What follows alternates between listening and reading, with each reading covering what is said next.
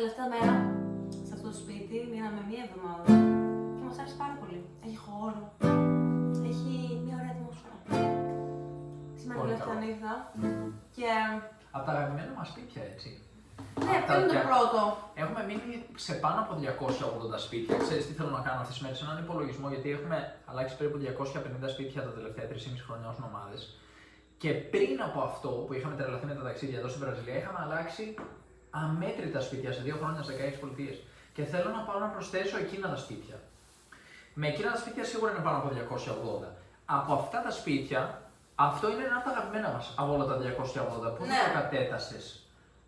Στα Για να δούμε. top 10 ίσως. Το πρώτο ποιο είναι? Το καλύτερο Στην σπίτι Κολομβία. είναι ένα στο δάσος στην Κολομβία που μείναμε, που το λέγαμε Κήπο της Εδέμ. Εκείνο. Ναι, εκείνο δεν είναι το καλύτερο. Τουλάχιστον αν πάρουμε το συναίσθημα, αυτό που αισθάνθηκα όταν μπήκα στο σπίτι και έμεινα εκεί, γιατί τώρα που έχω ζήσει εκεί, αν γυρίσω δεν θα μου φαίνεται το ίδιο. Ούτε εμένα. Αλλά σαν πρώτη εμπειρία, ρε παιδί μου, φτάνεις στο σπίτι και λες εν τέλει μήπως είναι με τα πάντα έτσι. Δηλαδή, πολύ συχνά ζούμε κάτι για πρώτη φορά και έχει αυτή τη μοναδική, ας πούμε, άβρα, το μέρος, η εμπειρία κλπ. Και εν τέλει μετά ξαναπάς και δεν είναι το ίδιο. Πότε Ας δεν είναι πούμε, το ίδιο. Αυτό το σπίτι εδώ είναι πάρα πολύ ωραίο. Έβγαλε πάρα πολύ ωραία άβρα. Περάσαμε τέλεια κλπ. Και αισθάνομαι ότι θα ήθελα πολύ να ξαναμείνω σε αυτό το σπίτι. Ναι, αλλά άμα γυρίζει δεν είναι το ίδιο. Αυτό ακριβώς σκεφτόμουν. Δηλαδή ότι μάλλον θα γυρίσουμε και θα είναι το ξέρω αυτό, το ξέρω εκείνο, το ξέρω το άλλο. Και ίσως να γίνει και μια εσωτερική σύγκριση με το πώς ήταν παλιά, δεν ξέρω. Απ' την άλλη όμως, υπάρχουν μέρες στα οποία επιστρέφουμε συχνά κλπ. Αλλά όχι απαραίτητα το σπίτι. Αυτό προσπαθώ να διαφοροποιήσω ουσιαστικά. Το σπίτι. Δεν ξέρω, κάποιοι προτιμάνε να πάνε στο ίδιο μέρος κλπ. Ναι. Αλλά θέλουν να μείνουν στο ίδιο δωμάτιο, στο ίδιο ξενοδοχείο, ας πούμε. Ή θα προτιμούσαν ένα άλλο δωμάτιο στο ίδιο ξενοδοχείο. Εγώ νομίζω ότι θα προτιμούσα ένα άλλο ξενοδοχείο. Άλλο ξενοδοχείο. Ναι. Αν εσύ επιλέξεις όμως, πες ότι κλείνεις κάπου να πας διακοπές, Airbnb, θες να μένεις πάντα στο ίδιο Airbnb, στο ίδιο διαμέρισμα, για να είσαι σίγουρος, παιδί μου, θέλω να πάω για 2 εβδομάδες, να είναι όλα σωστά. Να ξέρω ότι δουλεύει το ζεστό νερό, να ξέρω ότι δουλεύει το ίντερνετ κλπ. Να μην έχω περιπέτειες τώρα σε αυτές τις 2 εβδομάδες που θα πάω κάπου για διακοπές.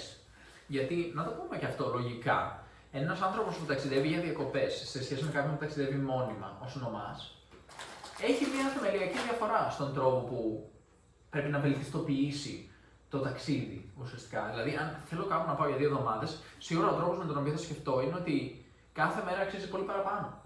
Δηλαδή, κάπως πρέπει να τα κάνουμε σωστά, αλλιώς τελείωσε. Θα καταστραφεί. Αυτό είναι με όλα. Εγώ θυμάμαι στο σχολείο ότι πάντα την εργασία μου την έκανα την τελευταία νύχτα. Κι εγώ. Νομίζεις ότι έχεις πολύ χρόνο. Συχνά ούτε καν την τελευταία νύχτα. Νομίζεις ότι έχεις πολύ χρόνο. Πλάκα κάνω. Ήμουν καλός μαθητής σε γενικές γραμμές. Ιδίως στο μαθηματικό. Ποιους βαθμούς? Κατά Το μέσο 17. όρο ήμουν το 17, Κι εγώ. μισό, 18, εκεί ας πούμε γενικά.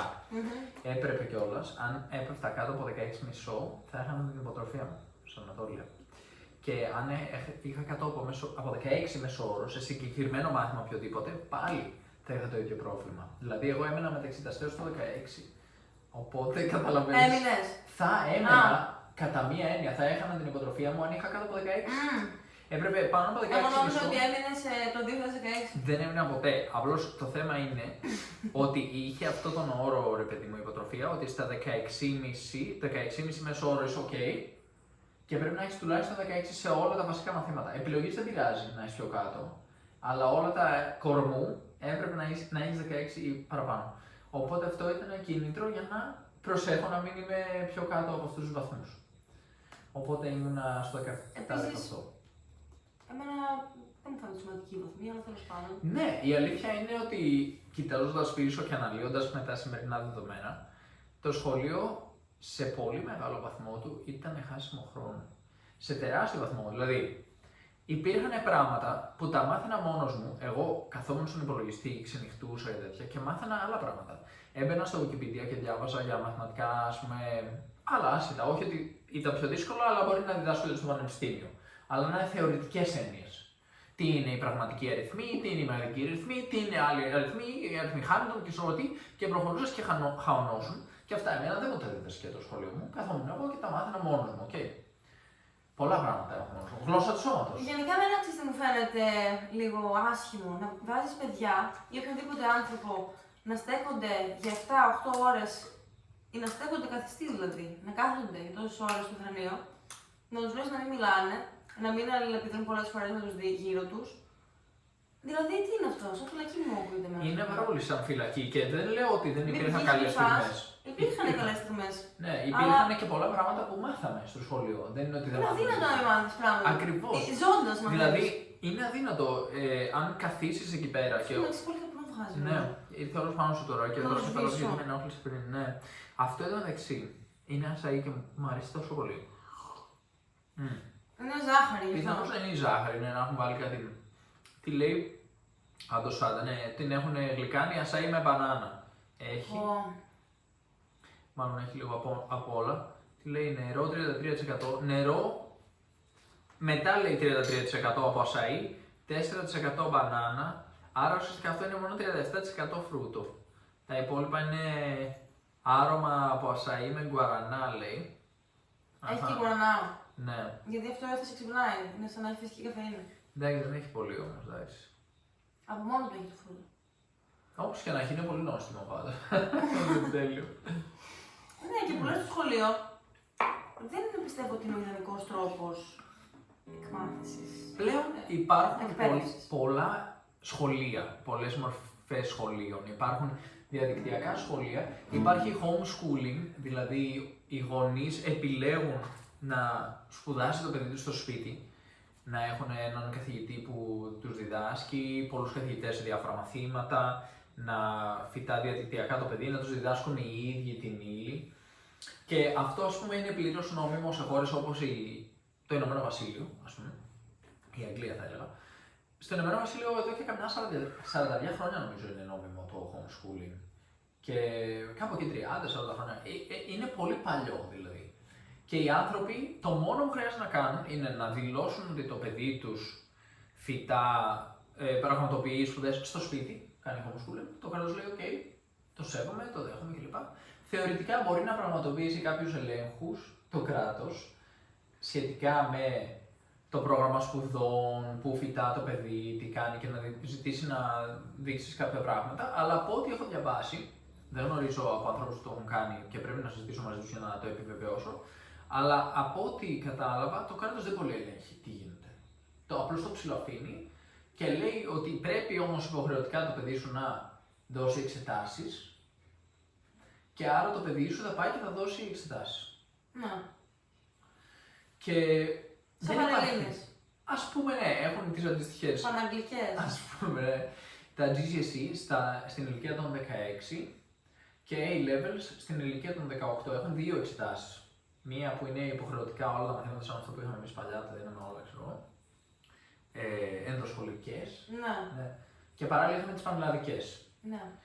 Αυτοί το χωρίζουν λίγο όλο αυτό και έχουν πρώτα μία εξέταση σε 11 μαθήματα που είναι GCSE στην ηλικία των 16 και μετά στην ηλικία των 18 έχουν A-Levels που είναι 3 μαθήματα όπου για 2 χρόνια εστιάζουν σε 3 μαθήματα. Όπως και να έχει, τα παιδιά αυτά μπορούν να δώσουν εξετάσεις πιο νωρίς, αν θέλουν, όπως γενικότερα θεωρητικά μπορεί όποιος θέλει να δώσει νωρίτερα, αν και σε σχολείο θα είναι αρκετά δύσκολο, γιατί θα προχωράσει με την ύλη των συμμαθητών σου για το σχολείο σου και θα είναι δύσκολο να πηδήξεις τάξεις και να το κάνεις αυτό στο σχολείο. Εκτός αν είσαι σε ιδιωτικό σχολείο που είναι κάπως ελαστικά τα πράγματα κλπ. Και σε αφήνουν. Δηλαδή, εσύ λες ότι μπορείς να πηδήξεις τάξεις έτσι αμέσως, ας πούμε, στο σπίτι. Ζημάνι. Ναι, στο σπίτι μπορεί οι γονείς σου να πούν: ξέρεις τι, εγώ θεωρώ ότι είναι πολύ λίγο αυτό που κάνουν φέτος στην ύλη πρώτη δημοτικού και δευτέρα δημοτικού. Δεν θα μάθουμε μόνο τους αριθμούς από το 1 ως το 10 κλπ.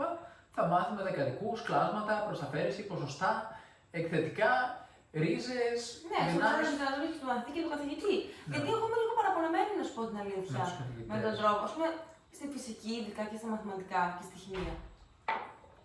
Δεν γνωρίζω τίποτα μετά από ένα μάθημα. Δηλαδή, με ποιο τρόπο γίνονται αυτά τα μαθήματα.